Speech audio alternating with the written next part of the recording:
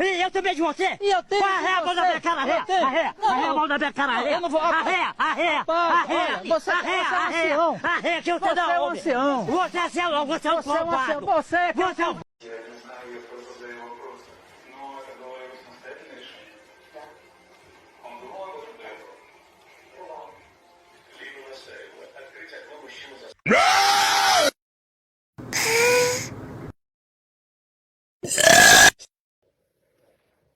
Omae wa mou shindeiru. Nani?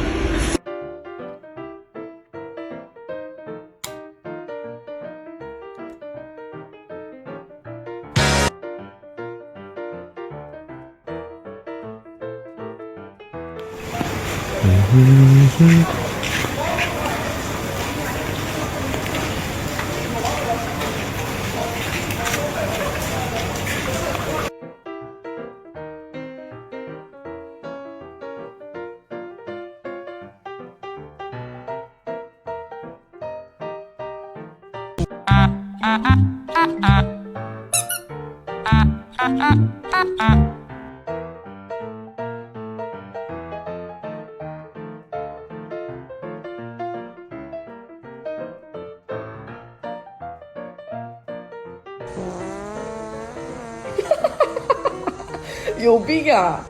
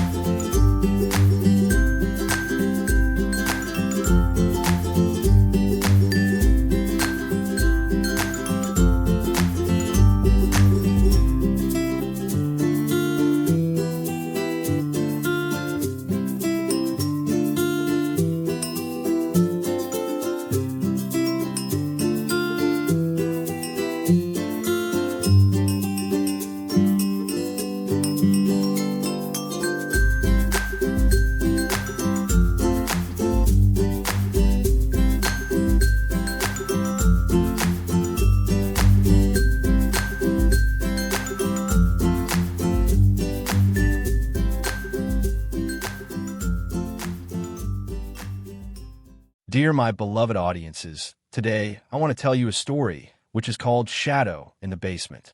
Chapter 1. The New House. Bruno was a German shepherd. Smart, loyal, brave. When the Miller family moved into their new countryside house, Bruno was the first to explore. He sniffed every corner, marked 3 trees as his own, and declared war on a very aggressive squirrel. But something felt off. The house was old. The floors creaked like whispers. The basement door was always shut, and Bruno didn't like that. Every night, when the wind blew and the walls groaned, Bruno would sit by the basement door and growl. Low, soft, alert. The Millers thought it was cute. Bruno knew better. Chapter 2. The Whispers. On the 7th night, Bruno heard something. At 2:13 a.m., the house was dead silent, until it wasn't. Tap, tap, tap. It was coming from the basement. Bruno stood, ears perked. His fur bristled. He let out a deep, warning bark. Mr. Miller groaned from the bedroom upstairs. Bruno, it's just an old house. Go to sleep.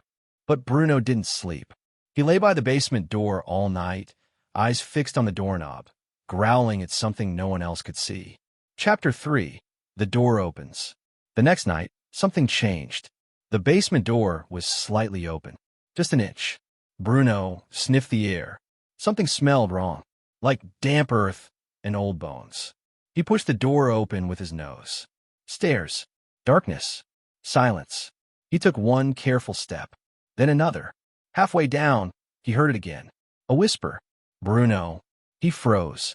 No one but his family knew his name. And that voice, it didn't sound human. Chapter 4. The Hidden Room. The basement was mostly empty. Boxes, cobwebs, forgotten furniture. But Bruno's nose led him to the far wall. Something was there. He scratched at the brick. Scraped. Dug. Then, click. A hidden door. Inside was a small room. Dusty. Cold. And in the center, a trunk. Old. Locked. Bruno barked. The next morning, the Millers came down to find him sitting beside the wall, barking like his life depended on it. Chapter 5. The Secret.